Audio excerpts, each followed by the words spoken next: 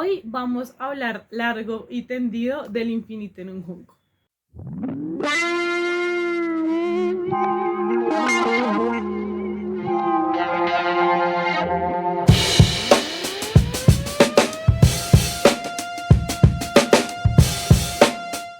Hola viajeros, ¿cómo están? Efectivamente me vestí de verde porque la portada del infinito en un junco es verde e incluso hasta mis medias son de color verde en alusión a este video, y creo que eso demuestra lo emocionada que estoy por hablar de este libro. Cuando lo terminé, les dije que quería hacer mucho contenido respecto al infinito en un junco, que tenían que ser pacientes conmigo porque no iba a dejar de hablar de este libro, pero no ha salido ningún contenido de esos que prometí. Y la razón principal es que no sabía cómo hablar de este libro. Yo les he dicho en muchas ocasiones que a veces se me hace más difícil hablar de los libros que amé que de los que no. Y es que siento que muchos de mis argumentos se reducen a es increíble, maravilloso, lo amé, fantástico, impresionante, léanlo. Y a veces como que en fangirleo no me deja ir un poquito más allá. Y eso es lo que me ha pasado con este libro, como que digo quiero hablar de él, pero no sé por dónde empezar. Sin embargo, se me ocurrió revisando un poco las notas que tenía detrás del libro, la idea de este video, y es hablarles de 10 cosas que aprendí del infinito en un junco. Creo que al delimitar un poco las 10 cosas, obviamente también se me quedan otras 50 cosas por fuera, pero por algo podemos comenzar. Quiero aprovechar para mostrarles una novedad que me llegó y que si me siguen por Instagram seguramente ya saben de qué estoy hablando, y es la adaptación gráfica del infinito en un junco. Aquí surgió obviamente otra idea de video. Les voy a estar hablando de la experiencia de leer El infinito en un junco como un ensayo normal y en novela gráfica. Así que bueno, sin más preámbulos, vamos a comenzar con esas 10 cosas que aprendí del infinito en un junco. La primera fue ver las bibliotecas como espacios de conversación. La biblioteca hizo realidad la mejor parte del sueño de Alejandro, su universalidad, su afán de conocimiento, su inusual deseo de fusión. En los anaqueles de Alejandría fueron abolidas las fronteras y allí convivieron por fin en calma las palabras de los griegos, los judíos, los egipcios, los iranios y los indios. Ese territorio mental fue tal vez el único espacio hospitalario para todos ellos. Al leer esto recordé otra frase que no estoy muy segura si está en La sombra del viento de Safón o en La noche en que Frankenstein leyó El Quijote de Posteguillo, donde habla de esto, ¿no? Como que en los anaqueles hay tantos libros que están hablando entre ellos, ¿no? Y que es una unión de inspiración de un autor que inspira a otro. Tiene habla de cómo en una biblioteca pueden convivir todas las nacionalidades, personas de todos los países, cuando esto en nuestro mundo real es muy difícil que suceda. Así que las bibliotecas son una conversación y son un milagro. En cambio, los libros de Atenas, Alejandría y Roma nunca han callado del todo. A lo largo de los siglos han mantenido una conversación en susurros, un diálogo que habla de mitos y leyendas, pero también de filosofía, ciencias y leyes. De alguna forma, quizás sin saberlo, nosotros formamos parte de esa conversación. Y también me puso a pensar cómo tengo organizadas mis estanterías, porque yo francamente pongo libros donde me quepan, intento que haya como un orden, pero a veces no lo logro, y creo que para que mis libros puedan conversar mejor sí debería tener como un orden en particular, pero cuando tenga más espacio prometo que voy a tener en cuenta todo eso. La segunda cosa que aprendí fue la labor de los bibliotecarios. El nuevo encargado de la adquisición y el orden de los libros se llamaba Demetrio de Falero. Él inventó el oficio, hasta entonces inexistente, de bibliotecario. Sus años jóvenes le habían preparado para las tareas intelectuales y para el mando. Fue estudiante del liceo y luego, durante una década, entró en el torbellino de la política.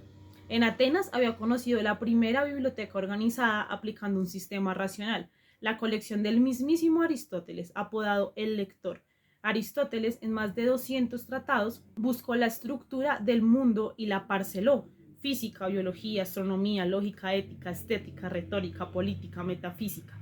Allí, entre los anaqueles de su maestro y el sosiego de sus clasificaciones, Demetrio debió de comprender que poseer libros es un ejercicio de equilibrio sobre la cuerda floja, un esfuerzo por unir los pedazos dispersos del universo hasta formar un conjunto dotado de sentido, una arquitectura armoniosa frente al caos, una escultura de arena, la guarida donde protegemos todo aquello que tememos olvidar, la memoria del mundo, un dique contra el tsunami del tiempo. Yo les confieso que antes de mi primer trabajo serio, yo no tenía ni idea que los bibliotecarios existían o que esto se estudiaba más bien, ¿no? Y que era una profesión y no eran personas que, no sé, habían llegado a las bibliotecas como por alguna razón que para mí era absolutamente inexistente. Y cuando comencé a trabajar en ASCOLBI, que es la Asociación Colombiana de Bibliotecólogos, fue que dije, ¿cómo así esto se estudia? Y después comprendí la cantidad de información que esta gente tiene en su cabeza y de cómo han logrado preservar estos sistemas de clasificación que nos habla El infinito en un junco. Entonces es una labor absolutamente impresionante. Imagínense el desorden que sería antes de que existieran estos sistemas de clasificación. Y sobre todo cuando habla Irene Vallejo aquí de que poseer libros es un ejercicio de equilibrio sobre la cuerda floja. Vean esto, vean esto, vean esto. Y no les vamos a mostrar allá, y no les vamos a mostrar la torre que tengo que caída de libros. Esto es una cuerda floja, ¿no? Y es muy bello como, claro, de pronto en mi casa, yo soy la bibliotecaria de mi casa y no he logrado como organizar los libros como quisiera, pero en estos espacios tan maravillosos que son las bibliotecas es en serio de un valor incalculable que existan estas personas que sigan preservando el orden básicamente de nuestro conocimiento. Otra cosa que aprendí de El infinito en un junco es que el acto de leer permite la soledad y la compañía al mismo tiempo. Salvo excepciones, los lectores antiguos no tenían la libertad de la que tú disfrutas para leer a tu gusto las ideas o las fantasías escritas en los textos, para pararte a pensar o a soñar despierto cuando quieras, para elegir y ocultar lo que eliges, para interrumpir o abandonar, para crear tus propios universos. Esta libertad individual, la tuya, es una conquista del pensamiento independiente frente al pensamiento tutelado y se ha logrado paso a paso a lo largo del tiempo. Yo anoté aquí en mis anotaciones al margen la revolución de la soledad. Fue algo que se alcanzó y que es absolutamente maravilloso y muy triste también al mismo tiempo que muchas personas no sepan estar solas. Sin la voz de mi madre, la magia no se hacía real. Leer era un hechizo, sí. Conseguir que hablasen esos extraños insectos negros de los libros que entonces me parecían enormes hormigueros de papel. Aquí Irene nos está contando un poco esa relación que tenía con su mamá cuando antes de dormir le leía cuentos y ella veía esta cantidad de letras y decía, ¿pero qué es esto? Y su madre, la voz de su madre era la que terminaba dándole forma. Hace poco hablaba con mi novio y le decía que para mí leer tiene sentido porque puedo compartirlo. O sea, creo que sería una experiencia absolutamente aburrida y sin sentido si leyera solamente para mí, guardara los libros y siguiente, y guardo y siguiente. Para mí no tendría sentido. Creo que tiene sentido leer porque tengo con quien compartirlo. Y por eso me parece tan increíble que leer sea ese acto donde la soledad y la compañía se unen. La cuarta cosa que aprendí del infinito en un junco es la necesidad de la lectura en voz alta. Mi primer contacto con la literatura fue como lectura en voz alta, como encrucijada donde confluyen todos los tiempos, el presente de la escritura y el pasado de la oralidad, como pequeño teatro con un solo espectador, como cita fiel, como plegaria libertadora. Si alguien lee para ti, desea tu placer. Es un acto de amor y un armisticio en medio de los combates de la vida. Mientras escuchas con soñadora atención, el narrador y el libro se funden en una única presencia, en una sola voz, y de la misma forma que tu lector modula para ti las inflexiones, las sonrisas tenues, los silencios y las miradas, también la historia es tuya por derecho inalienable. Nunca olvidarás a quien te contó un buen cuento en la penumbra de una noche. Yo hice un video hablándoles de por qué leer en voz alta, se los dejo por aquí si lo quieren ir a ver, y es que a mí me parece una cosa absolutamente maravillosa y nuevamente es Irene Vallejo poniendo en palabras todo lo que siento respecto a la lectura.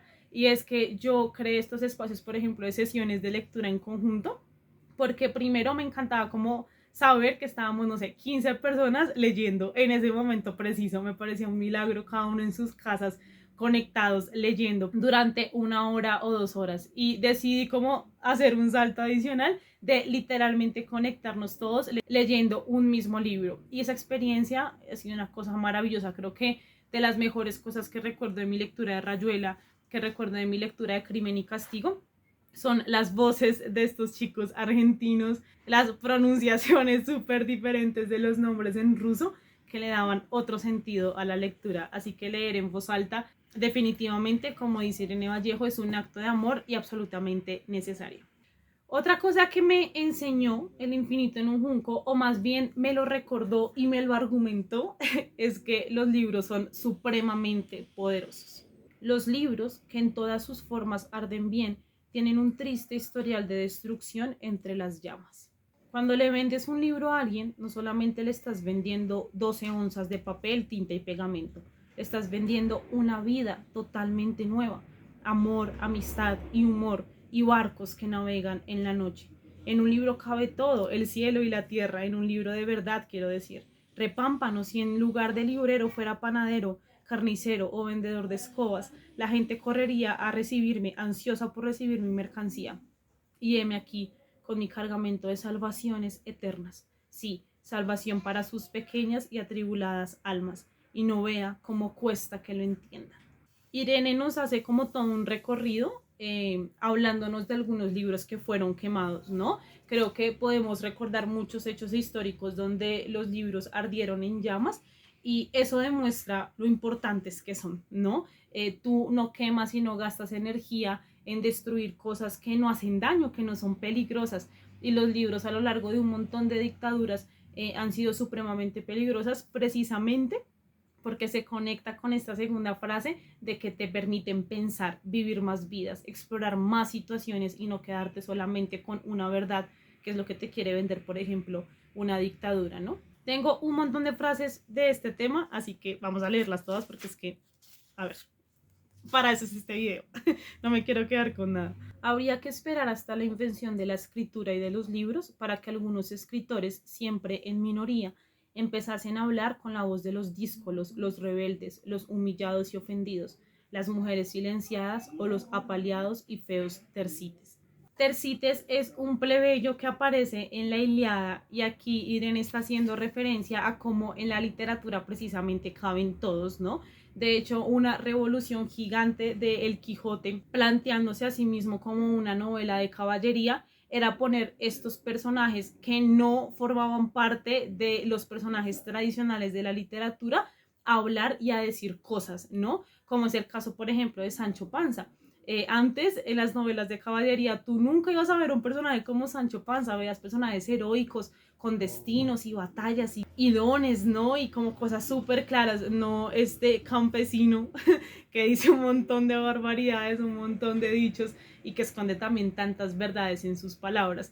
Entonces es la literatura donde pueden comenzar a conversar todas estas voces y por eso es tan poderosa. Yo solo vendo libros, por eso pienso que estos atentados no son contra mí, aunque sea yo quien lo sufra, sino contra la cultura. Y si no se toman medidas claras, tendremos que acabar cerrando, porque sabemos que contra las bombas no hay defensa ni blindajes posibles. Esto refiriéndose a los libros en tiempo de guerra. La palabra escrita ha sido tenazmente perseguida a lo largo de los siglos, y son más bien extraños los tiempos de paz en los cuales las librerías solo tienen visitantes tranquilos, que no enarbolan estandartes, ni agitan dedos fiscalizadores, ni rompen escaparates, ni encienden hogueras, ni se abandonan a la atávica pasión de prohibir. Esta es de mis frases favoritas de todo El infinito en un junco, porque creo que retrata todo esto de lo que venimos hablando, ¿no? Como de los lugares increíbles que son las librerías y las bibliotecas, como ahí conviven un montón de libros, pero también como están llenos de enemigos, de personas que quieren destruir toda esta cultura y que quieren impedir que todos estos beneficios que trae leer realmente lleguen a las personas, ¿no? Entonces, sin duda alguna, leer es poderoso, así que no se crean esto que dicen de que es solamente un libro o que no es real. Ok, yo solamente lo leo, pero no lo practico, porque es absolutamente mentira. Los libros son demasiado poderosos, cambian la manera de vivir, o si no, díganle esto a todas las personas que los han quemado para evitar que pensemos. Otra cosa que aprendí del infinito en un junco es que leer es necesario para convivir en sociedad. Nuestro autor no consigna la versión de los griegos, solo la de los persas y fenicios. Así, la historia occidental nace explicando el punto de vista del otro, del enemigo, del gran desconocido. Me parece un planteamiento profundamente revolucionario, incluso 25 siglos después. Necesitamos conocer culturas alejadas y diferentes porque en ellas contemplaremos reflejada la nuestra, porque solo entenderemos nuestra identidad si la contrastamos con otras identidades. Es el otro quien me cuenta mi historia, el otro que me dice quién soy. Esto me parece increíble porque va más allá de la empatía, va más allá de decir que yo puedo ponerme en los zapatos del otro, que a mí eso me parece profundamente imposible. Habla de una identidad en común, ¿no? De comenzar a leer un libro y decir mi sociedad es así, porque la suya es así y esto se mezcló así, y darnos cuenta que estamos en un mundo absolutamente conectado, que se ha empeñado en crear fronteras que no tienen ningún sentido, cuando los libros nos muestran que el origen de todos somos todos. Y creo que cuando logremos entender eso es que vamos a lograr esta convivencia en sociedad tan soñada. Ustedes saben que yo estoy estudiando estudios literarios y edición. Amo profundamente esto de editar libros y del mundo editorial.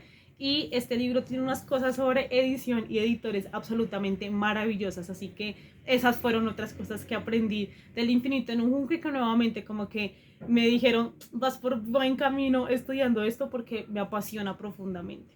En cuanto el escritor empezaba a distribuir una nueva obra, el libro se consideraba ya del dominio público y cualquiera podía reproducirlo.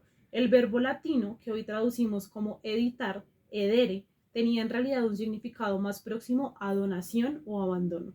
Implicaba dejar la obra a su suerte. No existía nada remotamente parecido a los derechos de autor o al copyright. En toda la cadena del libro solo recibía un pago directo a tanto por línea quien realizaba la copia, suponiendo que no fuera un esclavo doméstico, al igual que hoy nos cobran por página cuando hacemos fotocopias.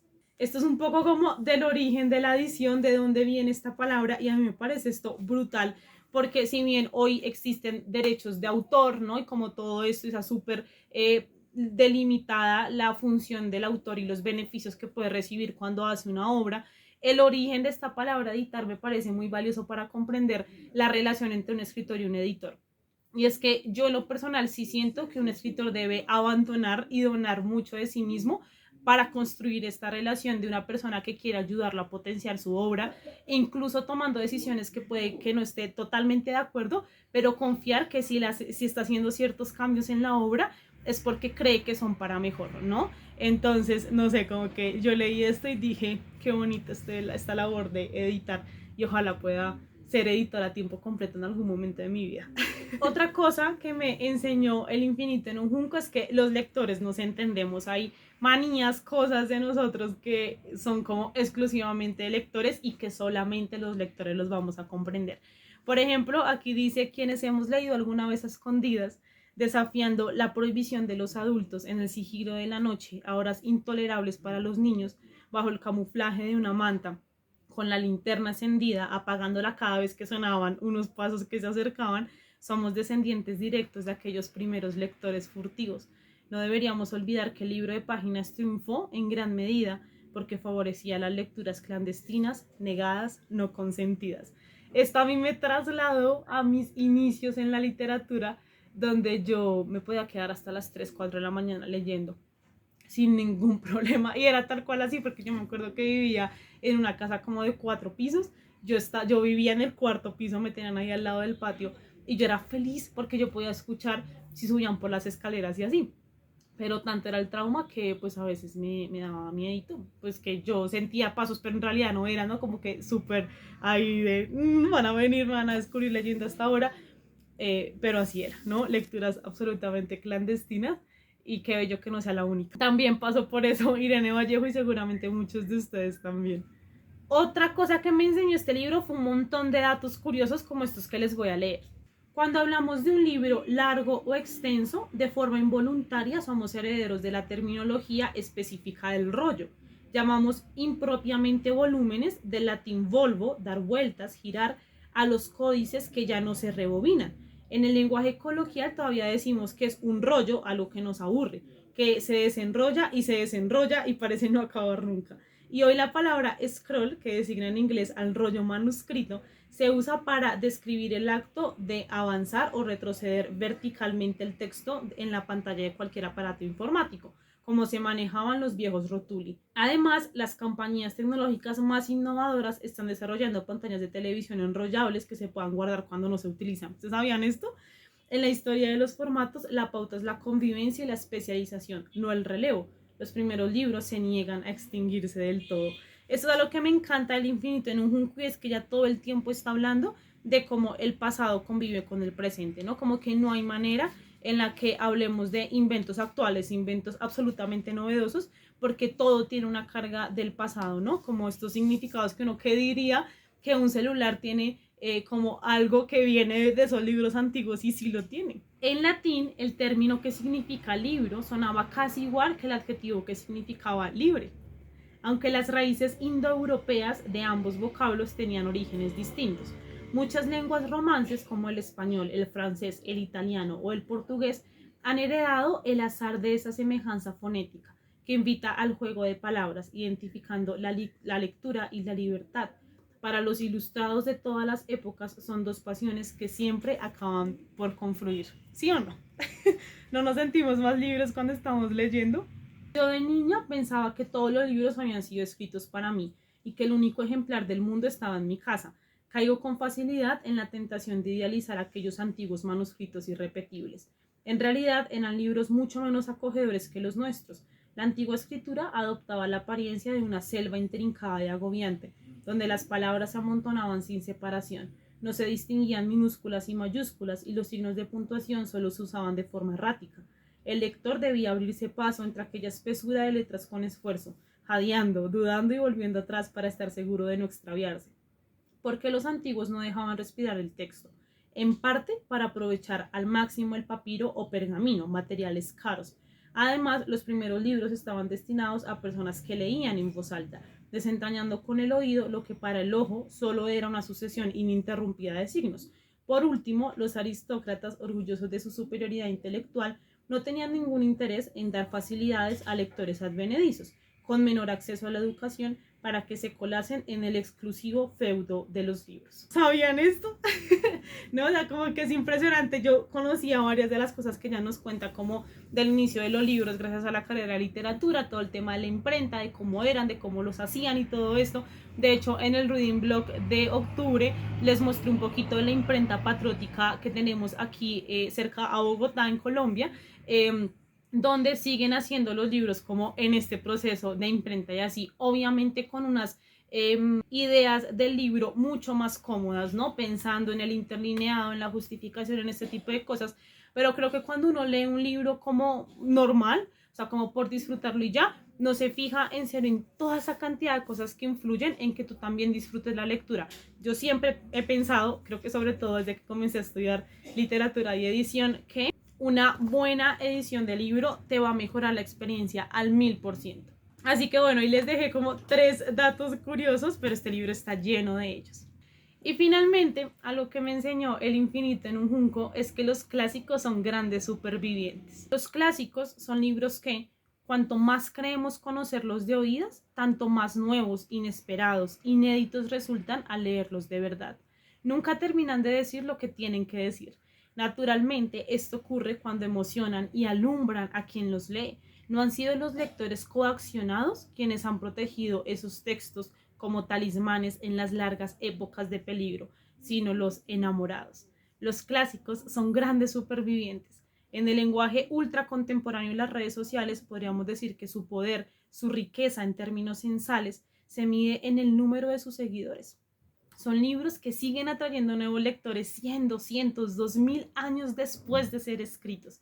Esquivan las variaciones del gusto, de las mentalidades, de las ideas políticas, las revoluciones, los ciclos cambiantes, el desapego de las nuevas generaciones. Y en ese trayecto, donde tan fácil sería perderse, consiguen acceder al universo de otros autores a los que influyen. Continúan subiendo a los escenarios de los teatros mundiales, son adaptados al lenguaje del cine y emitidos por televisión. Incluso se han desprendido de la encuadernación y la tinta para hacerse luz en Internet. Cada nueva forma de expresión, la publicidad, el manga, el rap, los videojuegos, los adopta y los realoja. Hay una gran historia casi ignorada detrás de la supervivencia de los clásicos más antiguos, la de todas las personas anónimas que consiguieron conservar por pasión un frágil legado de palabras, la historia de su misteriosa lealtad a estos libros. Mientras los textos e incluso los idiomas de las primeras civilizaciones que inventaron la escritura en el creciente fértil Mesopotamia y Egipto quedaron olvidadas con el transcurso de los años y en el mejor de los casos volvieron a ser descifrados largos siglos después, la Ilíada y la Odisea nunca han dejado de tener lectores. En Grecia comenzó una cadena de transmisión y traducción que nunca se ha roto y ha logrado mantener viva la posibilidad de recordar y de conversar a través del tiempo, la distancia y las fronteras. Los lectores de hoy podemos sentirnos solos en medio de las prisas al cultivar nuestros rituales lentos, pero tenemos detrás a una larga genealogía y no debemos olvidar que, entre todos, sin conocernos, hemos protagonizado un fantástico salvamento. Voy a llorar. Yo les he dicho que entre las cosas impresionantes del infinito en un junco es que me conmueve hasta las lágrimas. O sea, es una cosa que me parece increíble en un ensayo, pero la pasión y el amor con el que Irene habla de los libros, cómo nos involucra a todos en que sigan existiendo, es algo que me recuerda porque amo leer, porque le he dedicado mi vida a esto y porque sigo disfrutándolo tanto después de tantos años. Así que con eso cerramos las 10 cosas que aprendí de El infinito en un junco. Como les dije al inicio, quedan muchísimas más, pero soy muy feliz de poder haber hecho este recorrido con ustedes. Cuéntenme aquí abajo qué les pareció este video, si les gustó esta idea o fue demasiado tediosa, no sé, todo lo que quieran contarme allá abajo. También quisiera saber si ya leyeron El infinito en un junco y qué les pareció, y si les gustaría que hiciéramos muy pronto el video comparándolo con la novela gráfica. Sin más, recuerden que me pueden seguir en mis redes sociales, suscribirse a este canal, activar la campanita de notificaciones que les avisa cada vez que subo un nuevo video, que son todos los domingos a las 10 de la mañana. Recomendarle este video a algún apasionado lector que le haya gustado El infinito en un junco, que quiera leerlo, y nos estaremos viendo la próxima semana en un nuevo video.